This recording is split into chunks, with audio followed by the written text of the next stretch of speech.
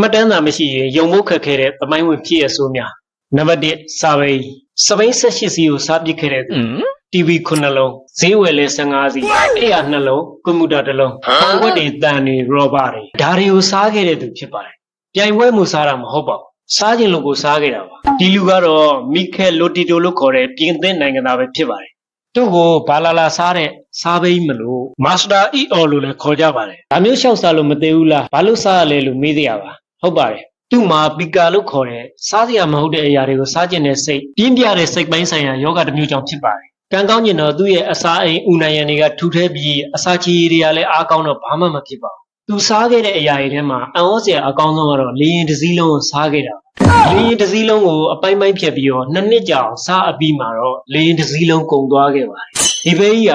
2009ခုနှစ်သူ့အသက်58နှစ်မှာတော့တဘာဝအတိုင်းပဲသေသွားခဲ့ပါတယ်ပောက်ကရတွေရှောက်စားလို့သေတာမဟုတ်ရပါဘူးသူအသက်ရှင်စဉ်ကဒီလိုပုံမှန်မဟုတ်တဲ့အရာတွေကိုစားခဲ့တဲ့အတွက်ကြောင့်ကမ္ဘာဂင်းနစ်စံချိန်မှာပါမှတ်တမ်းဝင်နေပါတယ်အဲဒါကြောင့်မလို့လူကြီးမင်းဟာသူများနဲ့မတူပဲဖူးဘလော့ကလောက်ဖို့စဉ်းစားနေတယ်ဆိုရင်အရင်ဆုံးကိုယ့်အိမ်မှာရှိတဲ့ဓာတ်အိုးတံကွက်တွေကိုစမ်းစားကြည့်ဖို့အကြံပေးချင်ပါတယ်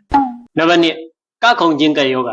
ကြားရတာကြောင်တောင်နိုင်နေဆိုပေမဲ့တကယ်ဖြစ်ပျက်ခဲ့တာပါဖြစ်ပုံကတော့1518ခုဇူလိုင်လမှာပြင်သစ်နိုင်ငံကဖရာရာလို့ခေါ်တဲ့အမျိုးသမီးတူဟာစထရက်ဖော့မြို့ရဲ့လမ်းမတစ်ခုမှာအဆက်မပြတ်ကခုန်နေခဲ့ပါတယ်နေ့စဉ်နဲ့အမျှအဆက်မပြတ်ကခုန်နေရကနေတဖြည်းဖြည်းနဲ့ကတဲ့သူတွေလူပေါင်း400ကျော်လာခဲ့ပါတယ်ဒီလူတွေဟာမယမနာပဲရက်လို့မရတဲ့အခြေအနေထိအောင်ကနေကြတာကြောင့်ပင်မန်းတာအစာငတ်တာရေငတ်တာနဲ့နှလုံးအမောဖောက်တာလေဖြတ်တာတို့ကြောင့်တစ်နေ့ကိုလူ15ယောက်လောက်သေဆုံးခဲ့ပါတယ်အစိုးရကလည်းဒီကခုန်ခြင်းကယောဂါကိုအစကတော့ဘယ်လိုဖြေရှင်းရမှန်းမသိခဲ့ပါဘူးနောက်ပိုင်းမှာတော့တားမရတဲ့အတူတူဂီတာသမားတွေငှားပေးပြီးတော့အဆောက်အဦတွေပါဆောက်ပေးလိုက်ပါတယ်ဒေသခံတွေကတော့ဒါကိုနှဆိုးဝင်ပူးတာကျိန်စာတင်တာလို့ယူဆပြီးတော့ဖះเจ้าတွေမှာဆူတောင်းပွဲတွေကျင်းပကြကြပါတယ်ဒီဖြစ်ရတဲ့ပတ်သက်ပြီးသမိုင်းပညာရှင်တွေနဲ့သိပ္ပံပညာရှင်တွေကြားမှာယနေ့အထိအငြင်းပွားနေကြဆဲပဲဖြစ်ပါတယ်တချို့ကလည်းအဲ့ဒီခေတ်ကစထရက်ဘော့မြို့မှာလူတွေဟာအငတ်ဘေးယောဂဘေးရနဲ့ဆင်းရဲဒုက္ခမျိုးစုံကြုံတွေ့နေရတာကြောင့်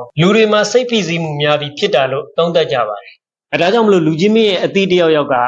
ဒါမျိုးမယမနာကခုန်နေပြီဆိုရင်တော့တချင်းလေးတာဖွင့်ထားပေးလိုက်နံပါတ်3ကျန်တကာရေးရည်ကြီးမှု1919ခုဇန်နဝါရီလ15ရက်ဗုဒ္ဓဦးနေ့နေ့လယ်12နာရီခွဲလောက်အချိန်မှာအမေရိကန်နိုင်ငံရဲ့ဘော့စတွန်မြို့မှာနားကွဲမတက်ကျဲတဲ့ပောက်ကွဲတံကြီးတစ်ခုထွက်ပေါ်လာခဲ့ပါတယ်။ဒါဟာအမေရိကန်နိုင်ငံအရက်ချက်စက်ရုံပိုင်းနဲ့အရက်ထုတ်လုပ်ဖို့အတွက်သိမ်းဆည်းထားတဲ့ကျန်တကာရေလောင်ကန်ပောက်ကွဲခဲ့တာဖြစ်ပါတယ်။ဒီလောင်ကန်ထဲမှာကျန်တကာရေဂါလန်1.3 သန်းကျော်ရှိပါတယ်။ပောက်ကွဲမှုဖြစ်ပြီးတာနဲ့အမြင့်15ပေလောက်ရှိတဲ့ကျန်တကာရေလိုင်းလုံးကြီးတွေကတနာရီ35မိုင်နှုန်းနဲ့မြို့ရဲ့ရက်ွက်ထီထဲကိုစီးဝင်ခဲ့ပါတယ်။ဒီလိုင်းလုံးကြီးတွေကြောင့်လူ22ဦးသေဆုံးခဲ့ပြီးတော့150ကျော်ဒဏ်ရာရရှိခဲ့ပါတယ်။အဆောက်အုံတွေလည်းပျက်စီးခဲ့သလိုရထားလမ်းတွေလည်းပျက်စီးခဲ့ရပြီးတော့ရထားတွဲတွေလည်းလမ်းချော်ခဲ့ရပါတယ်။နောက်ပြီးတော့မြင်းတွေအပါအဝင်တရိတ်ဆန်အများအပြားလည်းသေဆုံးခဲ့ရပါတယ်